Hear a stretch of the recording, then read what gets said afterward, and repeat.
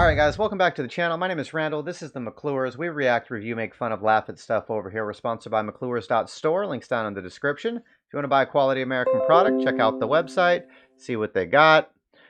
We're going to be checking out a story today. Seymour Hersh wrote an article titled How America Took Out the Nord Stream Pipeline. New York Times called it a mystery, but the United States executed a covert sea operation that was kept secret until now. So this was back September of 2020. I don't know if you guys remember. Supposedly the Russians blew up their own pipeline. Now that sounded like bullshit to everybody, and apparently it is. So the U.S. Navy's Diving and Salvage Center can be found in a location as obscure as its name, down what was once a country lane in rural Panama City, a now booming resort city in the southwestern panhandle of Florida, 70 miles south of Alabama border. The center's complex is a nondescript as its location, a drab concrete post-World War II structure that has the look of a vocational high school on the west side of Chicago. Coin-operated laundromat and dance school are across what is now a 4-lane road. The center has been training highly skilled deep-water divers for decades. Once assigned to American military units worldwide, are capable of technical diving to do the good, using the C4 explosives to clear harbors and beaches of debris and unexploded ordnance, as well as the bad, like blowing up foreign oil rigs. Yeah, so I guess I'll be able to read it in the dark, maybe.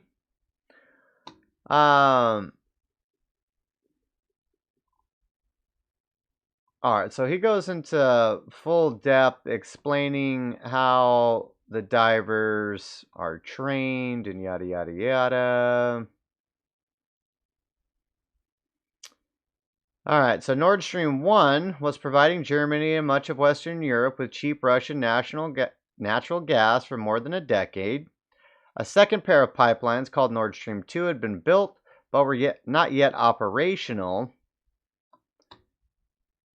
And somehow we're supposed to be believed that Putin didn't want his extremely profitable gas lines.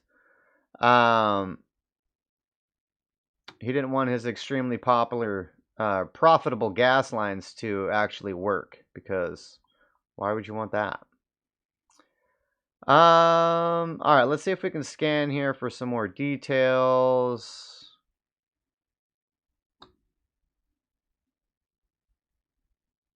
All right, so Adrian Watson, White House spokesman, in an email, this is false and complete fiction. Tammy Thorpe, spokesperson for Central Intelligence Agency, similarly wrote, this claim is completely and utterly false. But Biden's decision to sabotage the pipeline came after more than 9 months of highly secret back and forth debate inside Washington's national security community about how best to achieve that goal. For much of that time, the issue was not whether to do the mission, but how to get it done, with no overt clue as to who would be responsible. So apparently they were working on it for a long time, not debating on whether they should do it, but how they can get away with it.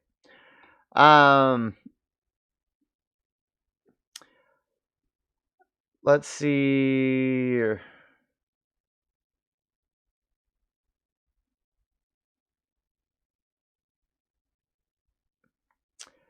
There was a vital bureaucratic reason for relying on the graduate of the center's hardcore diving school in Panama City. The divers were Navy only and not members of America's Special Operations Command, whose covert operations must be reported to Congress and briefed in advance to the Senate and House leadership, the so-called Gang of Eight.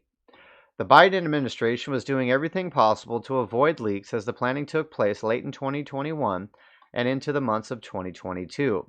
President Biden and his foreign policy team, National Security Advisor Jake Sullivan, Secretary of State Tony Blinken, and Victoria Nuland, the Undersecretary of State for Policy, had been vocal and consistent in their hostility on the two pipelines, which ran side by side for 750 miles under the Baltic Sea, from 2 different ports in northeastern Russia near the Estonian border, passing close to the Danish island of Bornholm before ending in North Germany.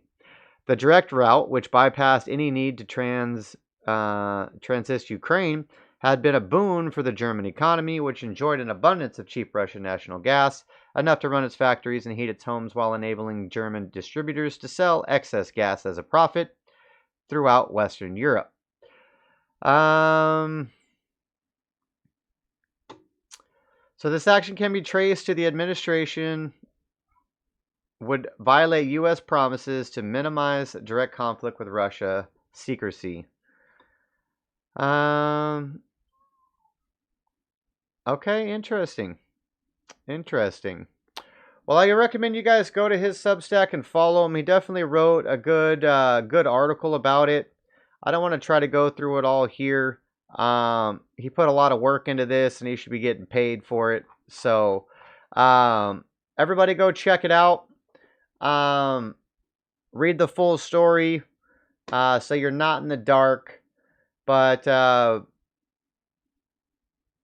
if another world war pops off, it looks like it'll be for a fake reason once again. Like almost every war that ever starts ever. Crazy shit, folks. Crazy shit. Appreciate you guys stopping by for that. Links down in the description. If you want to support the channel, McClures.store, you can always drop a donation. And we are live Monday, Wednesdays, and Friday, 3:30 to 5:30 on Twitch and rumble.com/McClures. Come check us out.